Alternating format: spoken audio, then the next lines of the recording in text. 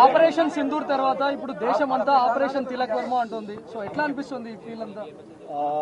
First of all Modi sir చెప్పారు operation Sindoor అని. మళ్ళీ ఆపరేషన్ తిలక్ అంటే అది చాలా పెద్ద విషయము. బట్ యాజ్ ఏ స్పోర్ట్స్లో జస్ట్ మాకు అనేది ఏంటంటే కంట్రీకి ఆడుతుంటే కంట్రీకి గెలిపేయాలని ఉంటుంది ఏ మ్యాచ్ అన్నా. So at the right moment right టైంలో ఆపర్చునిటీ వచ్చింది. So I'm feeling so great that I have done something for కంట్రీకి. ప్రెజర్ ఎలా ఫీల్ అయ్యారు మీరు? 20 రన్స్ కి 3 వికెట్లు పడిపోయినాయి ఇండియా. సో చేజింగ్ ఉంది దట్టు పాకిస్తాన్ మీద. సో చాలా ప్రెజర్ ఉంటుంది పాకిస్తాన్ మీద. అంటే బేసికల్లీ మనకి వాళ్ళకి దాయాదులు పోర్ లాగా ఉంటుంది. సో ఆ సిచ్యువేషన్ లో మీరు బ్యాటింగ్ వెళ్ళారు, ఎలా అనిపించింది? నా మైండ్ లో ఆ సిచ్యువేషన్ లో నేను జస్ట్ కంట్రీకి రిప్రజెంట్ చేస్తున్నట్టు మైండ్ లో ఊహించుకున్నాను. సో ఐఎమ్ యాక్చువల్లీ కంట్రీకి ఇండియాకి ఆడుతున్నాను. సో ఆ టైంలో నేను కూడా ప్రెషర్లో ఉంటే 3 వికెట్స్ పడిపోయినాయి. సో అక్కడ నేను ప్రెషర్లో ఉంటే ఐఎమ్ నాట్ ఓన్లీ అంటే నేను ఒక్కరిని కాకుండా దేశాన్ని మొత్తం కింద పెడుతున్నట్టు అనిపిస్తుంది. సో ఆ టైంలో నేను అదే ఉంచుకున్నాను, దేశాన్ని ముందు తీసుకుని ఈ టైంలో నేను స్టెప్ ఇన్ చేయాలి. లేదంటే మొత్తం హోల్ కంట్రీ వినో పాకిస్తాన్ హౌ హార్డ్ అంటే వాళ్ళు ఎంత గట్టిగా వస్తున్నారు మన మీద అని. సో ఆ టైంలో నన్ను నేను బ్యాక్ చేసుకుని కంట్రీని ఒకసారి మైండ్లో పెట్టుకుని ఆడాను. మీ వరుసగా 3 వికెట్లు పడ్డ తర్వాత మీ ప్లాన్ ఆఫ్ యాక్షన్ ఏ విధంగా ఉంది? టీం నుంచి మీకు ఎట్లాంటి ఏమైనా సూచనలు వచ్చాయా? మీరు అప్పుడు ఎట్లా ఆడాలనుకున్నారు అసలు? జస్ట్ నేను ఒకటే ఆ టైంలో జస్ట్ కంట్రీకి చెప్పాను కదా, జస్ట్ కంట్రీని గెలిపించాలి. కంట్రీని ఊహించుకుంటేనే ఆ సిచ్యువేషన్ వాళ్ళు హార్డ్ వచ్చారు నా మీద, పాకిస్తాన్ వాళ్ళు చాలా హార్డ్ వచ్చారు. బట్ ఆ టైంలో నేను కామ్గా ఉన్నా. జస్ట్ గెలిపిస్తే ఎవ్రీథింగ్ విల్ బి ఓకే, అంటే గెలిపిస్తే అన్ని సెట్ అయిపోతాయి. సో మైండ్లో అది ఒకటే ఉండే, just I want to win my country. మొదటి నుంచి కూడా మ్యాచ్ లో పాకిస్తాన్ ప్లేయర్స్ మన ఇండియా ప్లేయర్స్ కామెంట్ చేస్తూనే ఉన్నారు, ఆడియన్స్ కావచ్చు. అందులో దీనికి సంబంధించి ఏం చెప్తారు? ఈ మ్యాచ్ ద్వారా సమాధానం అనుకోవచ్చా స్లెడ్జింగ్ పైన?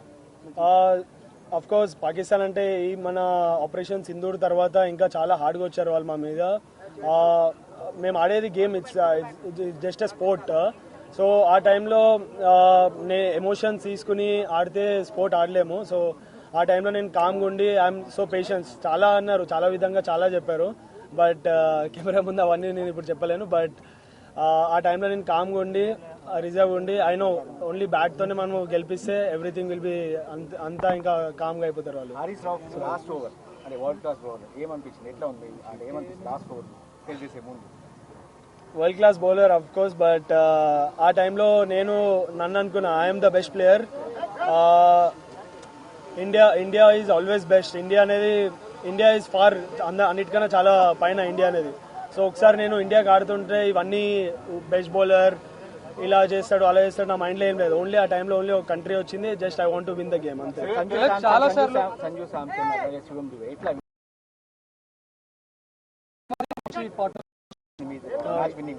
ఆ టైంలో నేను చెప్పా ఏమైనా ప్రెషర్ ఉంటే నేను అబ్జర్వ్ చేసుకుంటాను. బట్ మీరు ఒక ఎండ్ నుంచి జస్ట్ స్ట్రైక్ రొటేట్ చేయండి, నెక్స్ట్ వేరే ఎండ్లో ఏం ప్రెషర్ లేకుండా నేను క్యారీ చేస్తాను వికెట్ని అని చెప్పి సంజుని చెప్పాను. సంజు కూడా చాలా క్యామియో చాలా ఇంపార్టెంట్ ఆ టీంకి ఆ టైంలో. నెక్స్ట్ దుబే వచ్చాడు. దుబే వాజ్ స్లైట్లీ కొద్దిగా ప్రెషర్లో ఉండే స్టార్టింగ్లో, తర్వాత ఇన్నింగ్స్ చాలా బాగా బిల్డ్ చేశాడు. సో దట్ హెల్ప్ నాకు పర్సనలీగా యాజ్ ఎ పార్ట్నర్షిప్ హెల్ప్ అయింది, also for the country. Last over pressure ఎలా ఉండేది? లాస్ట్ ఓవర్లో మెయిన్గా సారీ లాస్ట్ ఓవర్లో మెయిన్గా ప్రెషర్ ఎలా ఉంటుంది? Sanju Dube out last over చాలా ఇంపార్టెంట్. నేను ఆల్రెడీ దుబేకి చెప్తా ఉన్నాను. సో ఒక ఎండ్ నువ్వు ఆడుతూ ఉండు, వేరే ఎండ్ నుంచి నేను కవర్ చేస్తానని చెప్పి దుబే కన్నా. బట్ దుబే అవుట్ అయ్యాడు. బట్ నేను స్టార్టింగ్ నుంచే కాన్ఫిడెంట్గా ఉండే I will finish the game అని. So yeah by God grace I have done it. Like India Pak match ఇదేం కొత్త కాదు, చాలా సార్లు మనం వైరల్ ఉన్నప్పుడు చూసాం. కానీ ఈసారి చాలా సైన్స్ చూసాం, ఫ్లైట్ పడిపోయినట్టు కానీ మిజైల్స్ వచ్చినట్టు కానీ ఈవెన్ దానికి అపోజిట్ రియాక్షన్స్ కూడా మన టీమ్ ఇండియన్ ప్లేయర్స్ నుంచి చూసాం. సో ఇదంతా ఎట్లా ఉండేది? అంటే ఇదేమన్నా మీకు ప్రెషర్ క్రియేట్ చేసిందా, లేకపోతే ఆటను గేమ్ని ఏమైనా డిస్టర్బ్ చేసిందా? ముందు వాళ్ళే స్టార్ట్ చేశారు పాకిస్తాన్ నుంచి. స్టార్ట్ అదే ఇండియా పాకిస్తాన్ మ్యాచ్లో ఇది ఓకే. బట్ ఆపరేషన్ సింధూర్ తర్వాతనే కొద్దిగా హార్డ్గా వచ్చారు వాళ్ళు మా మీద. బట్ మేము ఆడేది చెప్పాను కదా మళ్ళీ స్పోర్ట్. సో స్పోర్ట్ని ఎమోషన్స్తో కనెక్ట్ చేసి ఆడితే అవ్వదు. సో జస్ట్ నేను ఆ స్పోర్ట్ని ఏ విధంగా ఆడాలో ఆ విధంగా స్పోర్ట్లో ఆడి we have replied in a good way to them. Pakistan match అంటే మొదటి నుంచి విరాట్ కోహ్లీ తర్వాత ఇప్పుడు విరాట్ కోహ్లీని తిలక్ రీప్లేస్ చేశారు అనేటువంటి మాట ఎక్కువగా వస్తుంది. మీ కామెంట్? ఫస్ట్ ఆఫ్ ఆల్ నాకు చాలా హ్యాపీగా ఉంటుంది. సచ్ ఏ లెజెండ్ విరాట్ భాయ్ అనేది is an global star. So చిన్నప్పటి నుంచి నాకు కూడా కాదు చాలా ఇండియాకి ఇన్స్పైర్ చేశారు. సో అట్లాంటి మంచితో నన్ను పోలిస్తారంటే ఇట్స్ నాకు చాలా ప్రౌడ్. బట్ నా ఐఎమ్ హ్యాపీ దట్ నేను ఇండియాకి ఏషియా కప్ గెలిపించా. బట్ నేను క్రికెట్ స్టార్ట్ చేసింది వరల్డ్ కప్ 2011 వరల్డ్ కప్ గెలిపించిన తర్వాతనే క్రికెట్ స్టార్ట్ చేశా. బట్ ఈ జనవరిలో వరల్డ్ కప్ వస్తుంది. సో అది నా అసలేమో వరల్డ్ కప్ గెలిపించిన తర్వాతనే నాకు నిద్ర వస్తుంది. మ్యాచ్ అయిపోయిన తర్వాత షేక్ హ్యాండ్స్ ఇవ్వడం స్పోర్టింగ్ స్పిరిట్. బట్ ఈ మ్యాచ్ పెద్ద డిస్కషన్ అయింది. Indian captain toss shake hand ఇవ్వడం అనేది పెద్ద డిస్కషన్ అవుతుంది దేశాన్ని వరల్డ్ వైడ్. ఎట్లా దీని అంటే మీరు ముందే అనుకున్నారా? టీమ్ మేనేజ్మెంట్ ఏమైనా మీకు చెప్పిందా? అలా ఏం లేదు. సో ఆ మూమెంట్లో అలా అయింది. సో జస్ట్ ఫ్లోలో వెళ్ళాము. అదేమి మాకు ఇలా చేయాలి అని ఏం లేదు. బట్ మనకి ముందు తెలిసింది కదా, ముందు వార్ అయినప్పుడు తెలిసింది. So just we want to give respect for our country, అంతే. ఇంకా దాని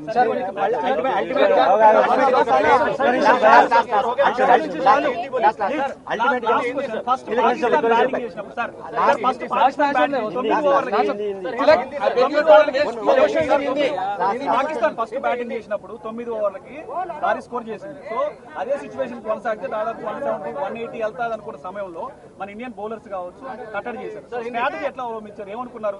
9 ఓవర్స్ వాళ్ళు భారీ స్కోర్ చేశారు కదా, అదే టెంపో కంటిన్యూ అయితే 180 దాకా వెళ్ళింది. సో తక్కువ చేశారు కదా, దానికి సంబంధించి ఎట్లా స్ట్రాటజీ చేశారు? అందరికీ తెలిసిందే India one of the best bowling attacks. So టైంలో అవుతుంది, వాళ్ళు స్ట్రాటజీ ప్లానింగ్ అన్ని చేసే వస్తారు. సో ఫస్ట్ 2 గేమ్స్ ఓడిపోయారు. సో థర్డ్ గేమ్ అంటే వీ నో దట్ వాళ్ళు చాలా హార్డ్గా వస్తారు మా మీదని మేము ఎక్స్పెక్ట్ చేసాం. సో తర్వాత అండర్ ప్రెషర్లో కామ్ ఉండడం, దట్స్ మేము టీంలో అదే డిస్కస్ చేసాం. గౌతీ సార్ కానీ సూర్య కానీ అందరూ గ్యాదర్ అయ్యి, సో అండర్ ప్రెషర్ కామ్ ఉండడమే ఇది ఇంపార్టెంట్. సో మా బేసిక్స్ మేము బ్యాక్ చేసుకున్నాం and we have executed well.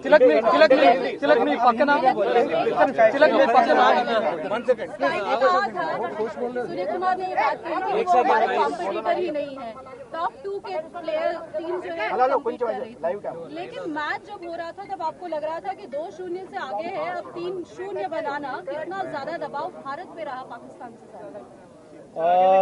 जैसे सूर्य भाई ने बोले कि कुछ कंपटीशन नहीं है, मैं भी उस बात में एग्री करता हूँ. मगर एज ए स्पोर्ट भी नो, मतलब हमेशा प्लान चेंज करते रहते हैं, हार्ड आते हैं. जैसा बोला है मैं कि हर मैच में स्ट्रैटेजी चेंज होगा, वो लोग भी प्रिपेयर होके आएंगे. तो हम लोग एक्सपेक्ट किए थे. और जैसा वो लोग सेकेंड इनिंग्स में कम स्कोर में वो लोग पेस ऑफ करके, विकेट भी इतना आसान नहीं था बैटिंग के लिए. तो जो जैसा वो लोग कम बैक करके आए हैं और वहाँ से हम लोग पार्टनरशिप बिल्ड करके जीता है. तो वही है इंडिया की खासियत. प्रेशर कैसा था आपके ऊपर? आखिरी ओवर तक आप टिके रहे, मैच जिताया आपने 3 विकेट गिरने के बाद. आप आए थे, बताइए आपका एक्सपीरियंस कैसा रहा? क्या प्रेशर था आपके ऊपर? प्रेशर तो ऑफकोर्स नर्व्स तो बहुत रहते हैं बॉडी में, बहुत कुछ चल रहा था दिमाग में. तो मैं ऐसी एक चीज़ पहले भी बताया, अभी भी वही बताता हूँ, देश हमेशा आगे है और अपना इंडिया सबसे बहुत ऊपर है. तो मेरा माइंड में और दिल में वही लग रहा था कि जो भी करूँगा मैं, कुछ भी करूँगा, पूरा